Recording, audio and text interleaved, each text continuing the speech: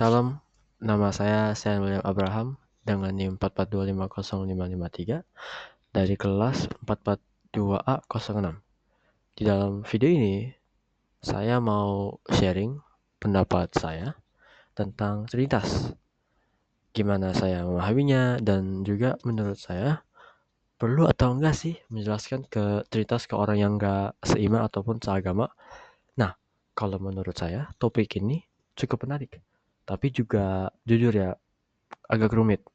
Bahkan juga buat orang Kristen sendiri pun Trinitas sering terjadi karena Trinitas itu sering jadi sesuatu yang tidak mudah dijelaskan. Nah, pertama-tama Trinitas itu apa sih? Secara sederhana, Trinitas itu adalah kepercayaan bahwa Tuhan itu satu, tapi hadir dalam 3 pribadi, Bapa, Anak, dan Roh Kudus. Nah, di sini biasanya mulai muncul kebingungan daripada banyak orang. Gimana sih bisa satu tapi 3? Banyak orang menjelaskannya dengan cara analogi, misalnya kayak air bisa jadi es, cair, dan uap, atau matahari yang punya cahaya dan panas. Tapi menurut saya, analogi-analogi ini ada batasnya. Kalau dipikir lebih dalam, analogi itu justru bisa membuatkan kita salah paham dengan artinya Trinitas itu. Karena kita kayak menyamakan Tuhan dengan sesuatu yang sebenarnya terbatas.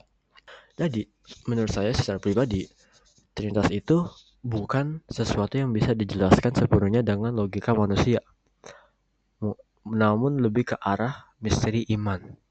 Nah, dan ini mungkin agak enggak nyaman ya, karena kita kan terbiasa pengen semuanya masuk akal. Tapi kan juga di sisi lain, kalau Tuhan sepenuhnya bisa dijelaskan dengan logika kita, mungkin justru jadi kurang Tuhan. Nah, tapi kalau dari sudut pandang saya, Trinitas itu bukan tentang angka, bukan juga soal 1 sama dengan 3 secara matematika. Tidak, nggak kayak gitu. Tapi mungkin lebih ke cara kita memahami bahwa Tuhan itu bisa hadir dan bekerja dalam berbagai cara, tapi tetap bersatu. Nah, tapi di sini saya juga sadar ya kalau bisa aja ini bukan jawaban yang termasuk rapi dan teliti ya. Tapi dan mungkin juga memang gak ada jawaban yang benar-benar rapi untuk topik Trinitas ini. Nah, mungkin sekarang saya mau masuk ke bagian yang lebih menarik menurut saya. Jadi sebenarnya perlu enggak sih kita menjelaskan Trinitas ke orang yang gak seiman? Kalau kita dipikir secara sekilas, mungkin jawabannya ya iya dong, biar mereka mengerti apa itu Trinitas. Tapi kalau dipikir lagi, nggak sesederhana itu. Kita kan nggak bisa langsung jelasin ke mereka kan, mungkin mereka nggak mau dengerin. Soalnya kan setiap orang terpasti punya latar belakang. Mungkin dari cara mereka berpikir berbeda, cara mereka bertindaknya berbeda, dan juga pun keyakinan mereka berbeda. Jadi ketika kita menjelaskan sesuatu yang kompleks seperti Trinitas ini, ada kemungkinan besar bahwa ini bisa menjadikan salah paham, misunderstanding. Bahkan ini pun juga bisa menjadi diskusinya berubah jadi debat yang gak akan kemana-mana, gak bakal berhenti intinya. Nah, menurut saya pribadi, menjelaskan Trinitas itu perlu, tapi juga tergantung konteksnya. Kalau semisalnya kayak tujuannya untuk saling memahami, untuk dialog yang terbuka, itu bagus. Tapi kalau tujuannya cuma hanya untuk membuktikan siapa yang benar, nah itu baru menurut saya itu malah jadi kurang sehat. Karena akhirnya itu bukan lagi soal memahami, tapi malah tentang soal menang. Itu enggak, menurut saya itu kurang bagus, kurang baik lah. Dan saya juga melihat bahwa kadang-kadang kita terlalu fokus menjelaskan konsep yang rumit, tapi kita juga lupa menunjukkan nilai-nilainya dalam kehidupan sehari-hari. Padahal mungkin orang lain justru lebih bisa melihat iman kita lewat dari sikapnya kita, bukan lewat penjelasan kita kepada mereka. Jadi pun bisa dibilang menjelaskan itu penting, tapi bukan satu-satunya cara untuk menjelaskan Trinitas. Tapi kalaupun saya coba jujur, saya sendiri pun belum tentu bisa menjelaskan Trinitas dengan sempurna ataupun juga teliti. Dan mungkin memang bukan itu tujuannya. Mungkin yang lebih penting itu adalah bagaimana kita memahami sejauh yang kita bisa melakukan dan tetap berbuka bahwa ada hal-hal yang memang di luar jangkauan kita.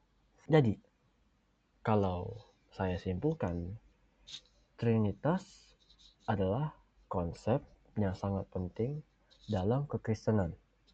Tapi, juga kompleks dan tidak sepenuhnya bisa dijelaskan dengan logika manusia. Dan dalam hal menjelaskan ke orang lain, menurut saya itu bukan sesuatu yang kita harus lakukan, bukan wajib juga. Itu bukan juga termasuk kewajiban kita. Tapi lebih ke soal tujuan dan cara kita menyampaikannya. Lebih baik membangun dialog daripada debat. Dan lebih baik menunjukkan nilai daripada sekedar menjelaskan konsep.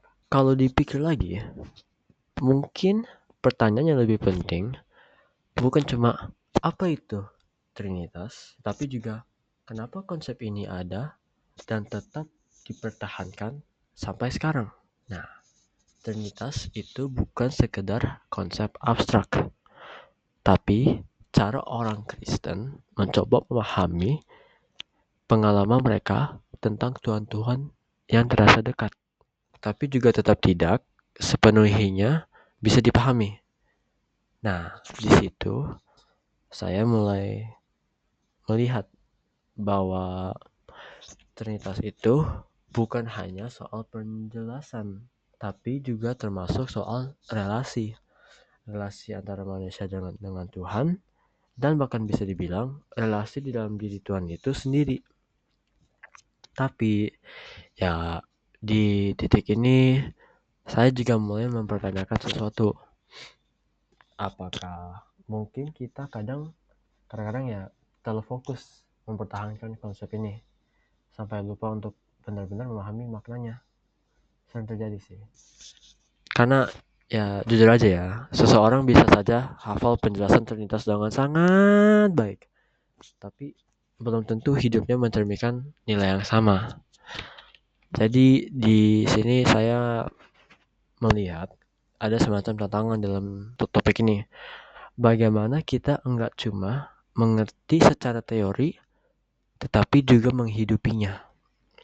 Dari situ juga saya berpikir, mungkin wajar ya kalau orang yang tidak seiman merasa bingung atau bahkan sulit menerimakan konsep Trinitas ini.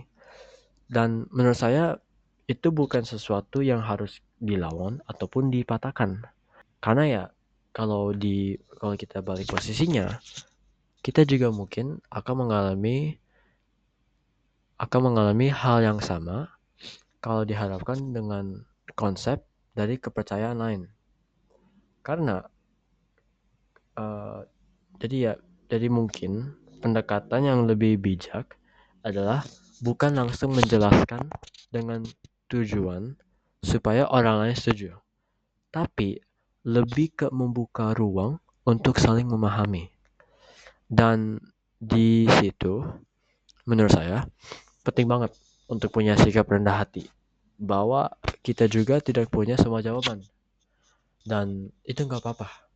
Akhirnya saya sampai di satu pemikiran sederhana, bahwa iman itu bukan hanya soal seberapa jauh pun kita bisa menjelaskan sesuatu, tapi juga seberapa jujur kita dalam mengakui keterbatasan kita. Dan mungkin justru di situ ada ruang untuk bertumbuh baik secara pribadi maupun dalam hubungan kita dengan orang-orang lain. Jadi ya buat saya pribadi ya ternyata tetap penting. Tapi cara kita menyikapinya juga sama pentingnya. Bukan hanya dipahami, tapi juga dijalani. Itu aja dari saya. Terima kasih sudah mendengarkan dan semoga bisa menjadikan bahan refleksi juga. Terima kasih.